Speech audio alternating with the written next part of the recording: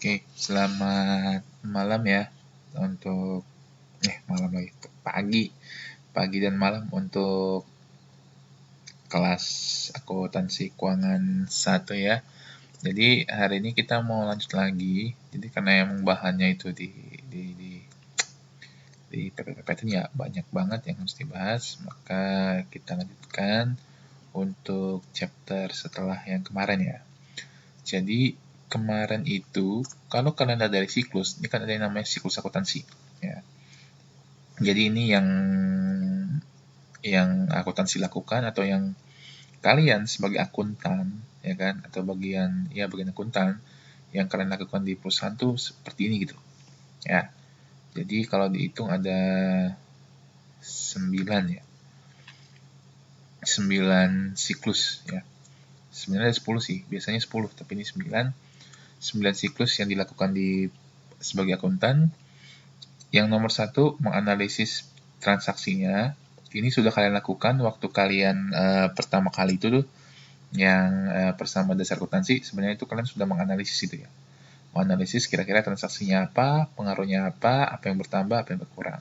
Ya kan? Yang kedua, lalu kalian membuat jurnal. Ini sudah kalian lakukan juga, ya kan? Lalu yang ketiga kemarin, kalian sudah memposting ke buku besar, sudah kalian lakukan juga. Lalu kalian sudah membuat trial balance, itu juga sudah, ya kan? Lalu kemarin terakhir kalian membuat jurnal, ya kan? Membuat jurnal penyesuaian yang sudah kemarin kita bahas. Nah, kalau kalian lihat, ini langsung masuk ke 6, membuat trial balance tapi yang setelah disesuaikan. Jadi ini maksudnya apa? Trial balance yang setelah disesuaikan. Jadi dari yang trial balance ini, yang nomor 4 ini, itu ditambahkan atau dikurangi dengan hasil dari penyesuaian. Ya. Jadi kemarin misalnya kayak ada supplies. Suppliesnya kita pakai, berarti kan suppliesnya berkurang. Nah, nanti dari trial balance dikurangi dengan yang penyesuaian, hasilnya akan menjadi adjusted trial balance ya. Tidak selamanya berkurang, bisa bertambah, bisa berkurang, tergantung dari saldo normalnya ya. Debit ketemu debit ya bisa bertambah, debit ketemu kredit bisa berkurang, dan seterusnya ya. Nah, lalu setelah itu membuat laporan keuangan ya. Laporan keuangan itu nanti saya jelaskan, itu prinsipnya ada 5 ya. Laporan keuangan itu ada 5. Yang pertama adalah income statement atau laporan laba rugi ya, biasa laba rugi. Yang kedua adalah laporan perubahan ekuitas atau perubahan saldo laba. Yang ketiga adalah laporan posisi keuangan. Yang keempat adalah laporan arus kas. Yang kelima adalah catatan atas laporan keuangan ya. Itu basic standar laporan yang dibuat oleh akuntan ya. Saya ulangi lagi. Yang pertama adalah laporan laba rugi. Yang kedua adalah laporan perubahan ekuitas atau perubahan saldo laba. Yang ketiga adalah laporan posisi keuangan. Yang keempat adalah laporan arus kas. Yang kelima adalah laporan catatan atas laporan keuangan. Ya. Nah, lalu setelah kalian membuat laporan keuangan tadi 5, kalian membuat jurnal penutup ya. Nanti saya jelasin apa itu jurnal penutup. Lalu terakhir kalian membuat post closing trial balance. Jadi trial balance ya, sama kayak trial balance biasa, tapi setelah jurnal penutupan. Nah, nanti begitu siklus lagi nih, nanti muter lagi nih, dari nomor 1, 2, 3, dan seterusnya. Ya, jadi kemarin kalian tuh sudah sampai tahap kelima. Nah, sekarang mau dijelaskan tahap 6, 7, 8, dan 9. Ya. Nah, di sini ada yang namanya worksheet. Ya, worksheet itu atau kita nyebutnya adalah neraca lajur. Mungkin kalau kalian dari SMK belajar nih neraca lajur ya. Nah, secara garis besar bentuknya itu seperti ini. Ya. Bentuknya itu ada 5 kolom. Kalau saya biasanya menyebutkan 5 kolom. Ini satu nih, trial balance. Yang kedua adalah adjustment. Yang ketiga adalah adjusted trial balance. Yang keempat adalah income statement. Kelima adalah statement of financial position. Nah, itu 5 kolom ya, isinya debit kredit, debit kredit, debit kredit, dan debit kredit. Ya. Nah, kalau title ini nama akun-akunnya. Loh, tadi kan di siklus nggak ada, Pak, untuk worksheet ini.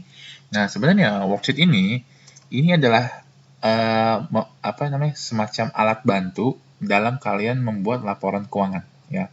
Jadi sebenarnya itu di posisinya tengah-tengah sini nih. Tengah-tengah 6 dan 7 itu ada alat bantunya. Alat bantunya adalah tadi, namanya worksheet, ya. Ketika kalian ingin membuat laporan keuangan, ya kalau kalian mau mudah, ya dibuatkanlah namanya worksheet-nya itu. Cuma kan karena kita base-nya on base system, jadi worksheet ini memang tidak ini lagi ya, tidak dipakai lagi gitu. Kalau dulu mungkin sebelum zamannya, kalau sekarang kan katanya revolusi industri 4.0 yang sudah memakai basisnya basis system. Nah, kalau dulu mungkin yang awal-awal masih pakai ini gitu loh.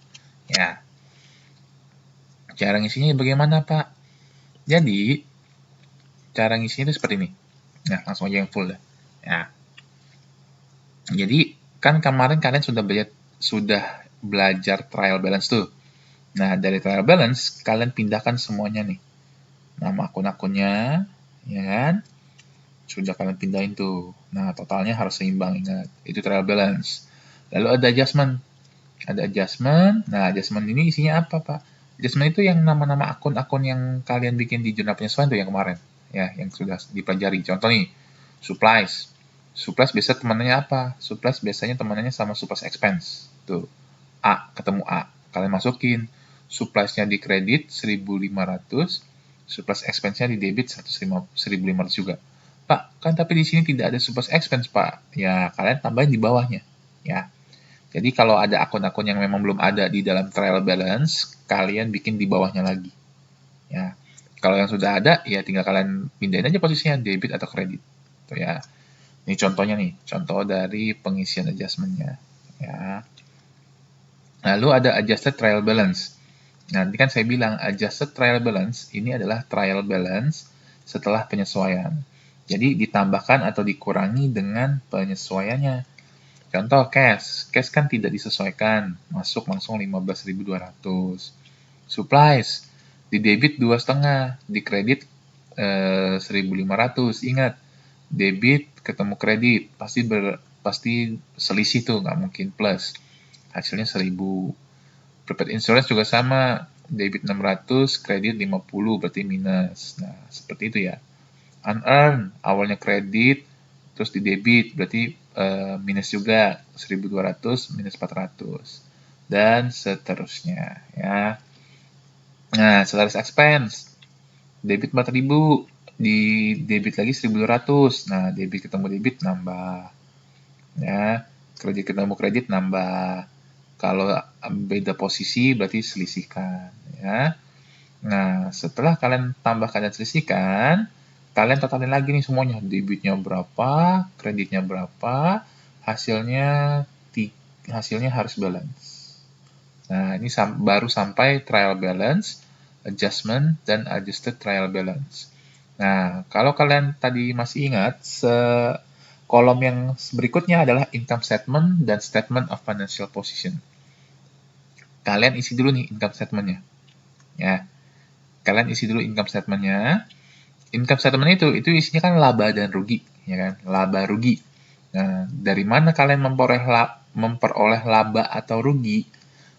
Kalian memperoleh laba atau rugi yaitu dengan cara menselisihkan, ya, menselisihkan antara pendapatan dengan beban-beban. Nah, makanya yang kalian masukin di income statement hanya pendapatan, yaitu service revenue, expense kan beban, expense beban. Nah, yang buntutnya semuanya expense, semuanya masuk ke dalam income statement. Ya, jadi boleh kalian catat, income statement itu isinya hanya revenue dan expense. Nah, kalian lihat nih, revenue-nya 10.600. Income statement expense-nya hanya 7.740. Besaran mana? Besaran revenue atau expense? Oh, besaran revenue. Revenue-nya itu 10.600. expense-nya 7.740. Nah, karena besaran revenue, maka selisih antara kedua ini masukkan di debit. Ya, biar apa? Biar hasilnya balance. Sama-sama 10.600. Nah, ketika ditambahkan di debit ini, yang 2.680, itu artinya untung. Ya, karena teman-teman pendapatannya lebih besar daripada pengeluarannya. Teman-teman dapat penghasilan 10.600, mengeluarkan biaya 7.740. Nah, ketika revenue lebih besar daripada expense, maka mendapatkan keuntungan. Nih, 2.760 ini untung ini. Ya. Tapi kalau kebalikan, pendapatannya lebih rendah daripada bebannya. Jadi bebannya kebalik nih. Bebannya 10.600, pendapatannya cuma 7.740. Nah, berarti kan 2.680-nya kan pindah ke sebelah sini kan ya? Ya, pindah ke sebelah kredit kan? Nah, ketika pindah ke sebelah kredit, itu artinya adalah rugi. Ya. Jadi ingat, pendapatannya lebih besar, untung. Pendapatannya lebih kecil, berarti rugi. Ya. Tuh. Lalu, Statement of Financial Position atau laporan posisi keuangan. Laporan posisi keuangan isinya adalah aset, liabilities, dan ekuitas. Ya. Jadi hampir sama kayak persamaan dasar ya. Aset sama dengan liabilities dan ekuitas. Nah, asetnya kalian pindah nih kayak yang belum masuk ke dalam income statement, kalian tinggal pindahkan aja ke statement of financial position, ya. Berarti kan yang belum pindah cash, supplies, prepaid insurance, equipment, notes payable, dan seterusnya. Terus ada, ini apa nih, akumulasi depresiasi, lalu ada account receivable lagi, 200, ya. Nah, terus kalian totalin lagi nih. Total debit 22.450. Kreditnya 19.590. Nah, selisihnya harus sama dengan selisih laba ruginya ya. Ketika laba ruginya selisihnya 2.860, maka selisih antara yang statement of financial position, debit dan kreditnya juga harus selisihnya 2.860. Dan posisinya harus berlawanan. Ketika income statement-nya 2.860 ini di debit, maka harusnya selisih antara debit dan kredit yang ada di statement of financial position harus dikredit. Harus berlawanan. Ya. Nah, jadi harus kalau jauh-jauhan. Nah, kalau misalnya gimana Pak? Kalau seandainya 2.680-nya ini di income statement itu dikredit. Nah, berarti selisih antara statement of financial position ini, debit dan kreditnya, pasti nanti juga berlawanan juga. Kalau di sininya dikredit nih, 2.800-nya dikredit, maka nanti di sini nih, di statement of financial position, 2.860-nya akan di debit. Ya, jadi berlawanan. Kredit, debit, debit, kredit. Ya. Dan hasilnya, ingat selisihnya harus sama nih. Kalau di income statement-nya 2.860, maka di statement of financial position juga harus 2.860. Tidak boleh berbeda. Ya. Nah, ini neraca lajur. Cuma kayaknya kita di ujian nggak dikeluarin deh, karena tadi saya bilang di sistem kalian sudah belajar itu. Kalian harusnya tidak belajar manual seperti ini lagi sih harusnya. Ya.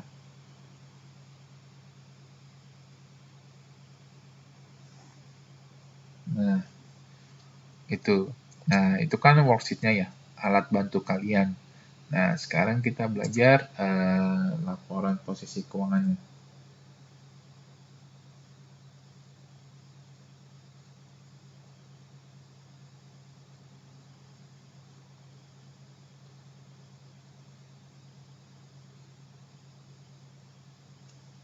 Nah, sekarang ini nih, kalau kita mau membuat laporan income statement, tadi kan kalau di worksheet cuma alat bantunya nih. Nah, sekarang kita mau belajar bentuk aslinya. Ya, bentuk asli dari laporan keuangan. Yang pertama harus dibuat adalah income statement. Kenapa? Nanti saya jelasin kenapa income statement harus dibuat duluan. Nah, jadi ketika kalian ingin membuat laporan keuangan, kalian buat dari yang namanya pertama adalah kepalanya dulu. Nih, 3 baris ini adalah kepalanya. Jadi yang namanya laporan itu wajib 3 kepalanya, ya, kepalanya, judulnya. Baris pertama adalah nama perusahaan. Baris kedua adalah nama laporan. Kebetulan di sini pakai bahasa Inggris ya.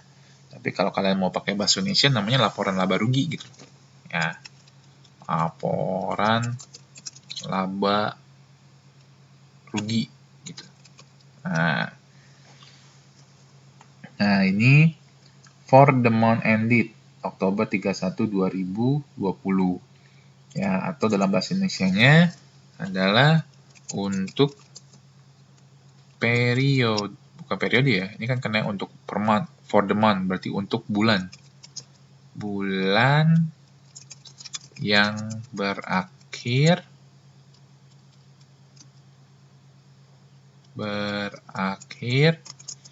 31 Oktober ya kan 2020. Ini kalau bahasa Indonesianya ya. Kalau Indonesianya ya. Jadi yang pertama adalah nama perusahaan, yang kedua adalah nama laporannya, judul laporannya, yang ketiga adalah periodenya. Ya. Kalau kalian mau bikin 1 tahun ya for the year ya kan. For the year ended. Untuk tahun yang berakhir, kapan akhir tahun? 31 Desember 2020. Ya. Nah, isinya apa saja? Jadi kan saya sudah bilang, income statement isinya hanya pendapatan dan beban. Jadi kalian masukin pendapatannya berapa dan beban-bebannya apa aja. Ya, kalian masukin aja tuh. Pendapatan dan beban. Nanti kalian selisihkan. Ketika pendapatan dan beban diselisihkan, hasilnya itu bisa dua. Bisa net income atau untung atau net loss. Ya. Atau net loss. Tadi kan saya bilang, kapan menjadi net income, kapan untung, kapan rugi. Ingat, kalau kondisinya pendapatannya lebih besar, seperti ini, namanya net income. Ya. Namanya net income. Tapi, ketika hasilnya ternyata revenue-nya lebih rendah, contoh nih saya balik ya, 740,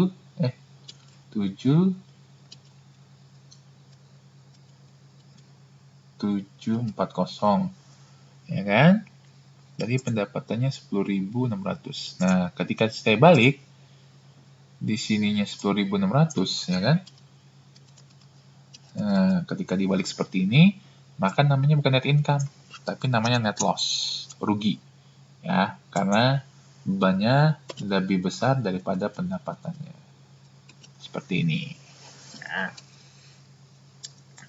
Jadi ada dua tadi, ketika hasilnya positif, namanya net income. Pendapatannya lebih besar. Ketika lebih kecil, namanya net loss. Ya. Tuh. Laporan pertama, income statement. Nah, yang kedua adalah, ini saya bilang, laporan perubahan modal atau laporan perubahan saldo laba.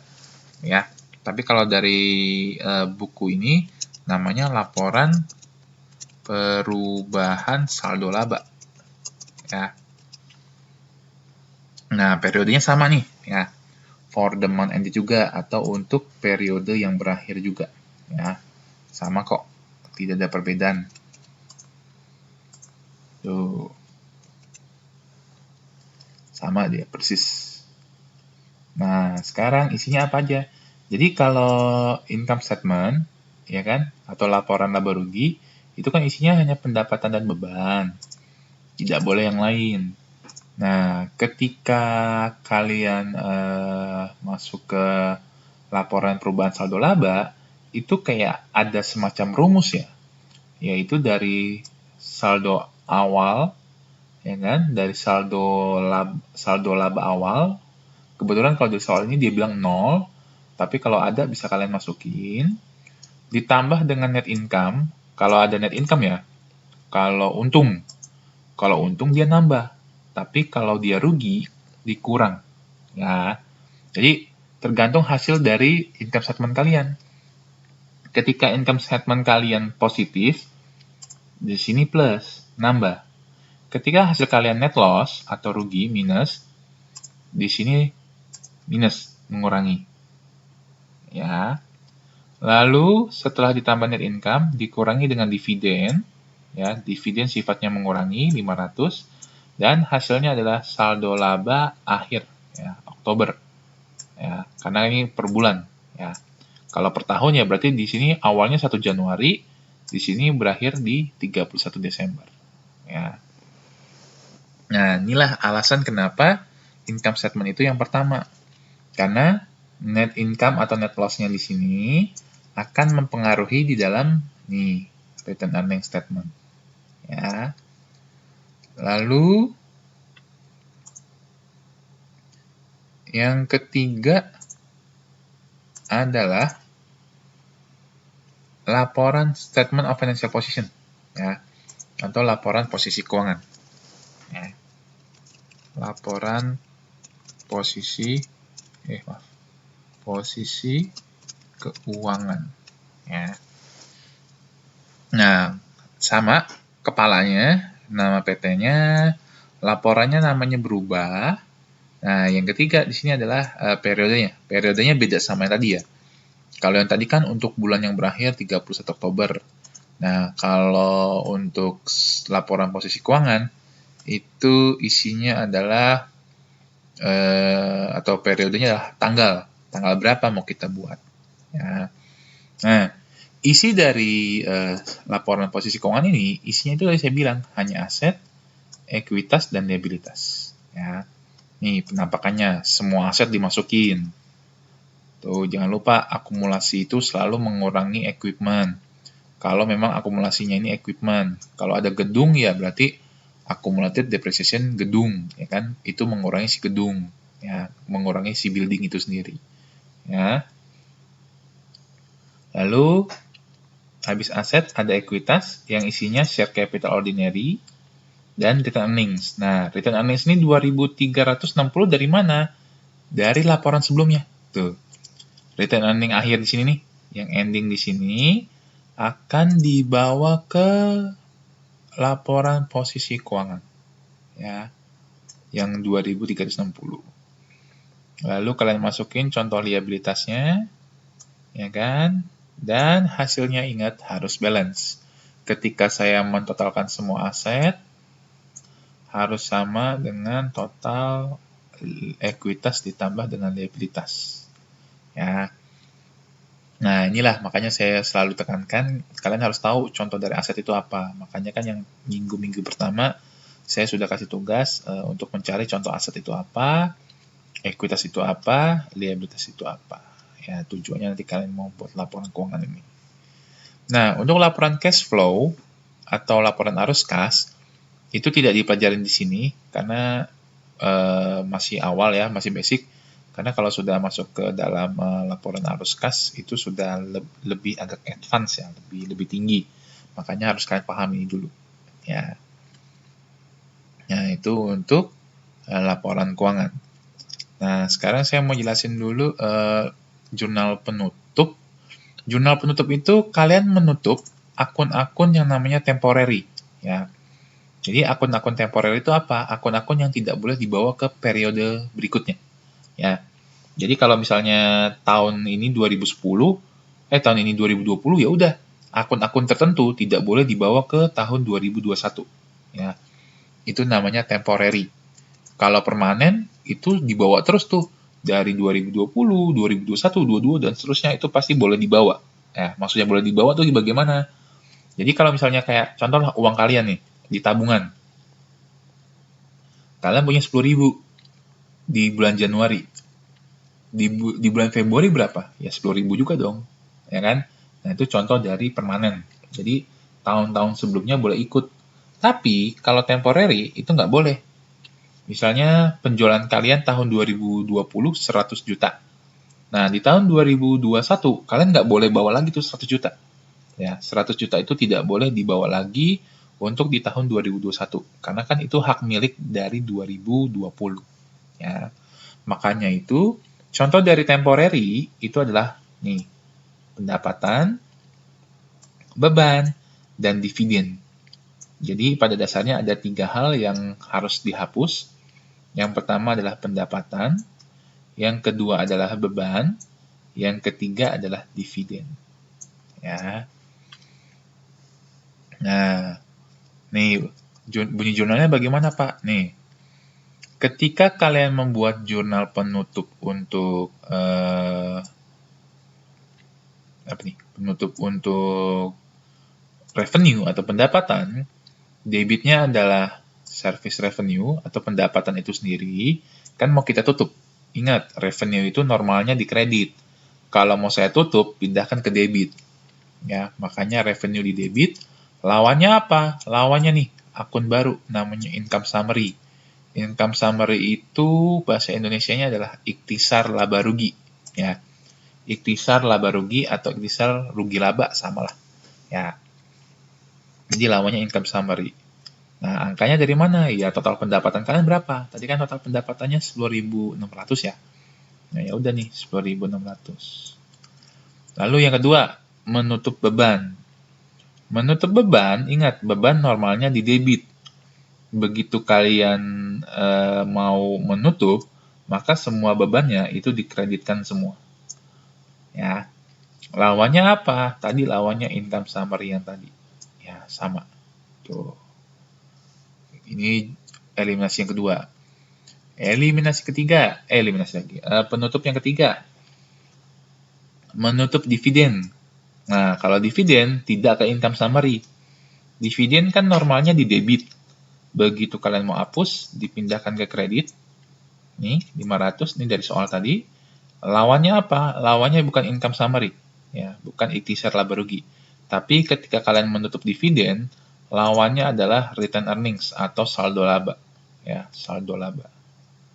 Nah, tadi katanya cuma 3, Pak. Yang pertama revenue, yang kedua expense, yang ketiga dividen. Kok ada yang keempat? Nah, yang keempat ini ya, ini adalah menutup atau mengalokasikan ya, bahasa kasarnya. Mengalokasikan laba atau rugi ke saldo laba. Ya. Jadi ketika kalian dapat laba rugi, ya kalian alokasikan ke return earnings, ya, ke saldo laba. Nah, logikanya begini. Kalau hasilnya net income atau untung, jadi kan kalau keuntungan menambahkan saldo laba kan, maka dari itu saldo laba dikredit. Kalau return earnings dikredit, artinya bertambah. Ya.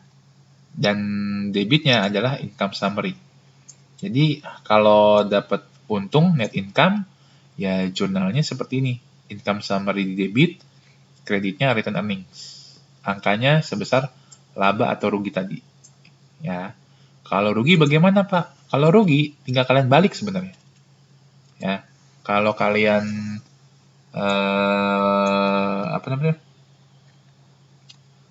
rugi, tinggal kalian balik aja posisinya.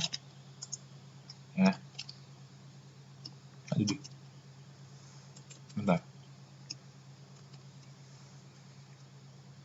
Nah, sama aja. Jadi kalau misalnya kalian rugi, ya kan? Kalau rugi, nih, kalau rugi debitnya adalah return earnings, ya. Kalau rugi bukan net income tapi net loss, kreditnya adalah income summary. Nah, tuh, jadi kebalik ya. Tinggal dibalik aja posisinya, gitu loh. Kalau rugi ya di debit gitu loh. Return earnings-nya. Kalau dia untung di debit, di kredit return earnings-nya. Ya, seperti ini. Ini jurnal penutup. Tuh. Ya. Terus kalau post closing atau post closing trial balance-nya atau neraca saldo setelah penutupan bagaimana, Pak? Nah, seperti ini. Ya. Jadi setelah kalian membuat jurnal penutup ini, ya kalian tutup semua nih, ya kan? Kalian tutup. Nah, setelah kalian tutup, berarti kan akun-akun ini tidak akan muncul lagi, ya. Tidak akan muncul akun dividen, tidak akan muncul. Lalu yang tidak akan muncul lagi, akun revenue, akun expense tidak akan muncul lagi. Nah, berarti yang kalian masukkan adalah hanya yang sisa-sisa akun yang belum ditutup. Ya, tuh. Ada cash, ada account receivable, supplies, prepaid insurance, equipment, akumulasi depresiasi, dan seterusnya. Loh Pak, kok return earning masih ada Pak? Kan return earning tidak ditutup, ya, tidak nol gitu loh, ya, tidak nol, karena kan di kreditnya 2.860, di debitnya 500, tuh masih banyakannya dikredit kan, karena masih banyakannya dikredit, maka tidak nol dia hasilnya, pasti akan ada selisih sebesar 2.360. Nah, itu sih yang mau dibahas tambahannya hari ini. Nah, saya coba sekalian ngasih kalian tugas ya. Tugas untuk chapter yang kemarin kan saya belum kasih, sama yang hari ini nih. Kalian bikin laporan positif. Kalian langsung bikin aja laporan keuangannya, plus berserta dengan jurnal penutup aja deh. Ya. Nah, kalau kalian masih ada yang kurang paham untuk yang hari ini, boleh kita diskusikan ya sambil bertanya-tanya. Terima kasih.